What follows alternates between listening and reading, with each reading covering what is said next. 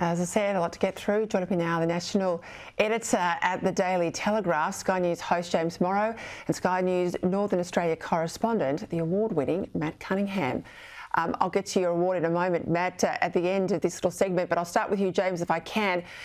The opposition leader said to the PM, please don't go to San Francisco. We need you here. It's APEC. You've just met President Xi in China.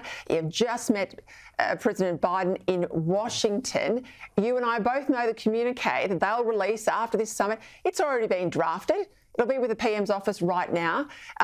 It clearly hasn't listened because he got on the plane about 4 o'clock this afternoon. But politically, he's really got some big issues here at home to fix, hasn't he?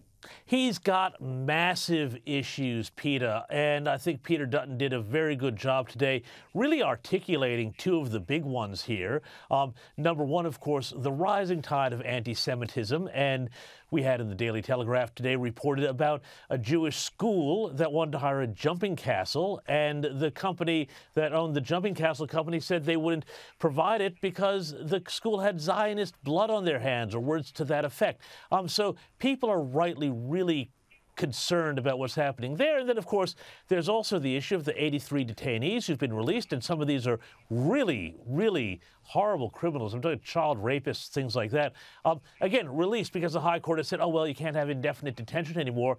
And the government, again, appears to be flat-footed on that. Now, you combine that with the economic situation and other things that are going on, people think the country is on the wrong track. And I don't have any problem, Peter, with the Prime Minister going around the world to sell Australia, do what they need to do diplomatically. But, boy, he is needed here at home, not just for his party, but for the country.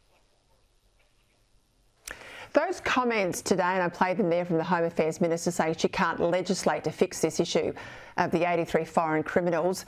And then, of course, the Deputy Prime Minister saying, well, actually, we are. We're looking at legislation. And then pressure from the Greens, and this is happening quite a lot, you know, that the left of Labor are really pushed even further to the hard left by the Greens. They went out very hard saying you can't do a deal with Peter Dutton. Have a listen. Peter Dutton's been demonising and being cruel to refugees for decades. It would be an utter disgrace if Labor were to work with Peter Dutton to collude with him to jam it through the Parliament this week. It looks like Labor is now going to jump into bed with Peter Dutton, who's built a career on cruelty to refugees, and write legislation to continue that cruelty. I might say many of these people are not refugees. Greens use that language all the time, Matt Cunningham. They've been looked at, assessed, they've been found not to be refugees. It's just that the countries they've come from, because they're criminals, refuse to take them back, and so we are stuck with them. But this is an issue, isn't it? It's cut right through the community at the moment, hasn't it?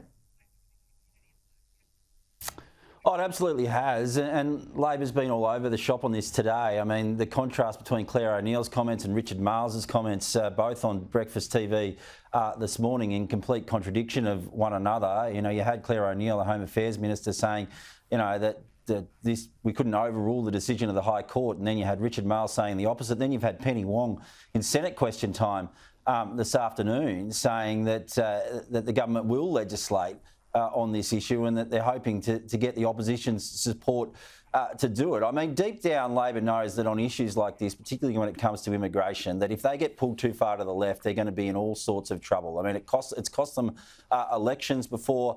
You know, if you look back to 2013, when the Coalition campaigned hard on Labor's performance on border protection, you know, that was a massive issue in Labor losing government back then. I think that Labor really want to sort this one out quickly. I think the opposition leader knows that he's hitting a real sore point within Labor, and he knows that there's fractures within the Labor Party about this issue. That's what he's trying to exploit. I think that some of the wiser heads in Labor will be trying to get this sorted sooner rather than later.